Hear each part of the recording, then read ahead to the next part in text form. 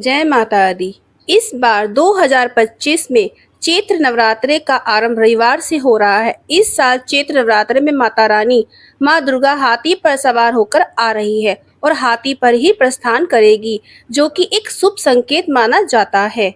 हाथी को शांति व सुख संपत्ति का संकेत माना जाता है, इसलिए इस बार माँ दुर्गा हाथी पर सवार होकर धरती पर आएगी।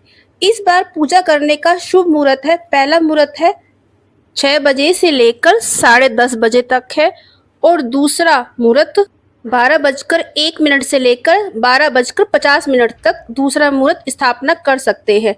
याद रखना, पहला नवरात्रे का पहला दिन 30 मार्च से शुरू हो रहा है। इस बार चैत्र नवरात्रे 9 दिन की बजाय 8 दिन के होने वाले हैं।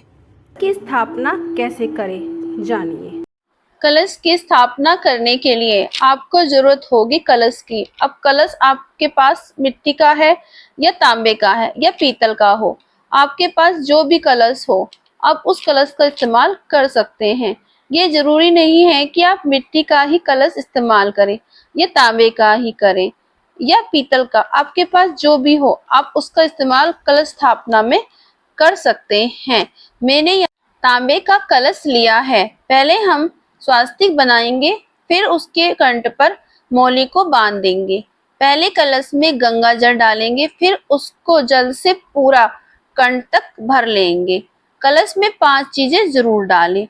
पहले जल में रोली डालें, लौंग का जोड़ा, फूल डालें, उसके बाद सुपारी, सिक्का और थोड़े से चावल, ये 5 चीजें जरूर डालें। फिर मैंने कुछ चावलों को पीला किया, जो कलश की स्थापना करते समय नीचे और ऊपर रखेंगे। नारियल पर स्वास्तिक व मौली को 9 बार लपेट लेंगे। उसके बाद 5 व 7 आम के पत्ते लेंगे, उन्हें कलश में लगाकर चौकी पर रख देंगे। फिर उसके बाद चावल की प्लेट रख देंगे। फिर उसके ऊपर नारियल रखें। चुन्नी लगाकर कलश की स्थापना सीधे हाथ की तरफ करें। माँ का जो भी श्रृंगार आप लाए हैं वे माँ को चढ़ा दें। सिंदूर से माँ को तिलक करें और सिंदूर चढ़ाएं। फिर माँ को भोग में फल, मेवे, मिश्री व पतासे जरूर चढ़ाएं। फिर माँ के आगे दीपक जला दें। उसके बाद लौंग, कपूर, बताशे इन सबको रखकर जला दें और उसके बाद आरती और पाठ कर। नवरात्रों में जौ का बोना बहुत ही शुभ होता है। पहले एक मिट्टी का बर्तन लेंगे, उस पर स्वास्तिक बनाएंगे, फिर इसके चारों तरफ रोली या चंदन से छोटी छोटी बिंदी लगाएंगे। फिर इस मिट्टी के बर्तन को मिट्टी से भर देंगे। यह याद रखें कि मिट्टी अच्छे से छानकर वह साफ कर ले।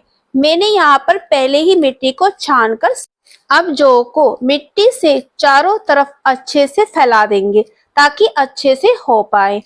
आप जौ को 4-5 घंटे अच्छे से भिगा ले। इससे जौ फूल जाते हैं और जल्दी फूटते हैं और खेती दूसरे दिन ही होने लगती है।